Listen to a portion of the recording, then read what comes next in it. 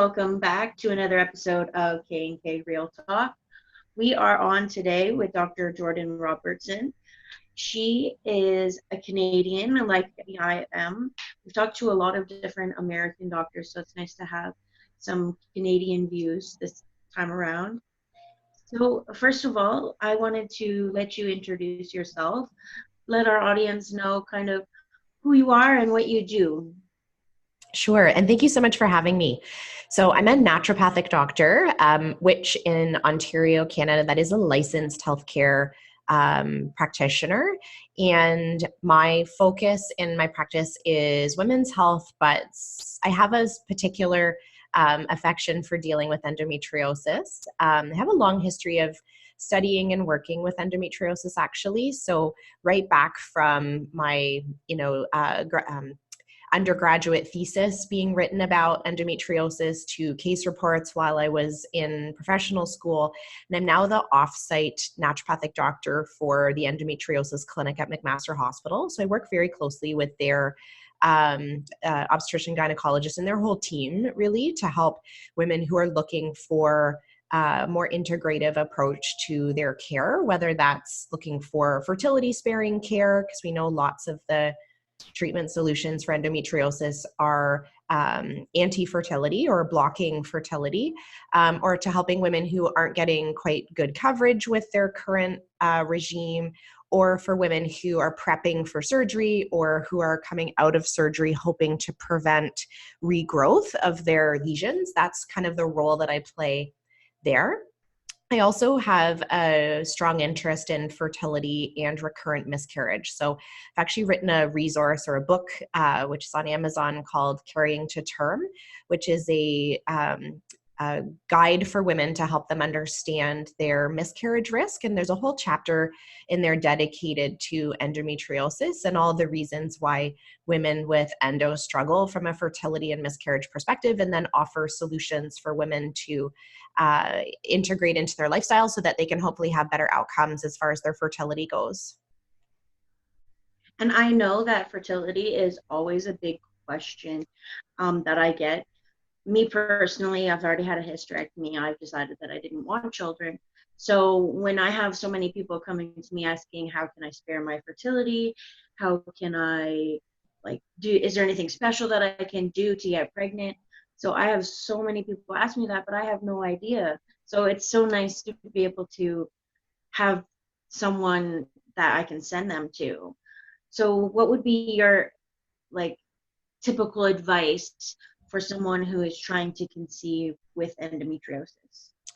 Well, I mean, we meet the patients where they're at as part of their journey. So whether they are unmedicated and maybe just use as needed pain control, or whether they are on some sort of long-term contraceptive, whether that's like Visan or whether they've used Depo-Provera, or whether or not they are sort of around some kind of surgery process, kind of meet the patients where they are at that time and have a really good discussion with them about what their goals are as far as fertility goes.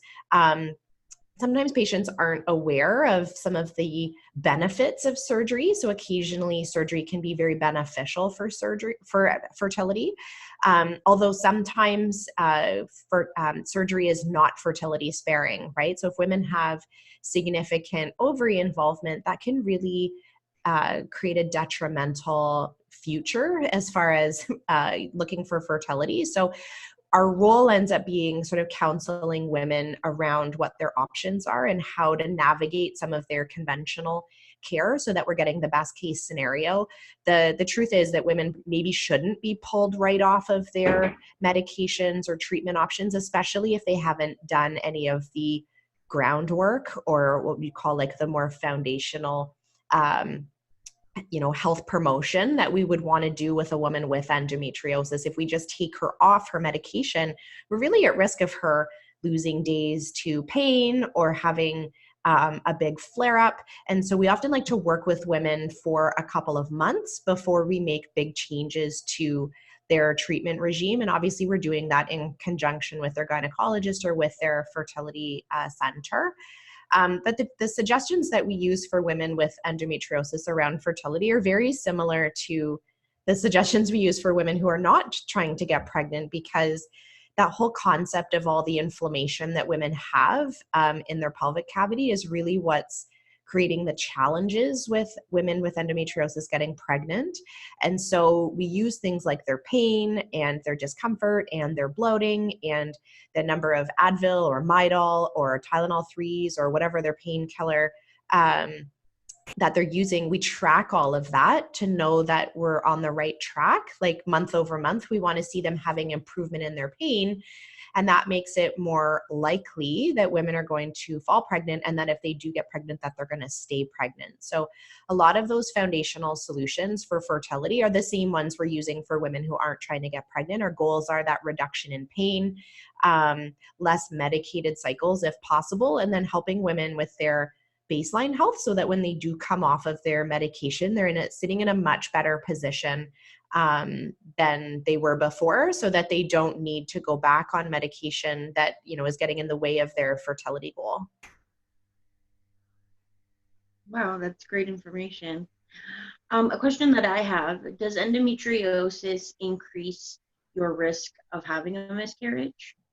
It does. Yeah. So endometriosis interrupts fertility for hundreds of reasons. And some of them we're not even that quite sure of why women with endometriosis have such lower fertility rates and higher miscarriage rates. But we do know that they have a couple of sort of unique challenges that are different than other women. So obviously they have a profound amount of inflammation, and their immune system is heightened in response to that whole inflammatory process. And when women get pregnant, we actually need their immune system to be, I'm going to use the word balance. It's a bit of a simple way of saying it, but we need our immune system to be a little bit calmer and a bit more in balance in order to accept the egg for healthy implantation.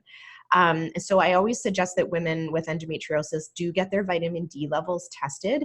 It's actually been shown that vitamin D levels in the uterine lining and in the decidua, which is that tissue that we have implantation in, if women have adequate vitamin D levels, it actually brings some balance to their immune system. So they're more likely to conceive and they're less likely to miscarry. So women with endometriosis are at a unique position where their immune system is really heightened, and that's getting in the way of them having a successful implantation.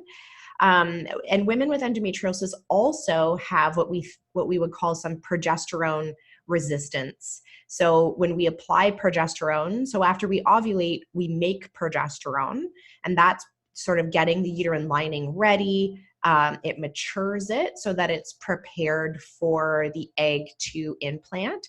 Women with endometriosis, their tissue does not respond the same to progesterone as women without.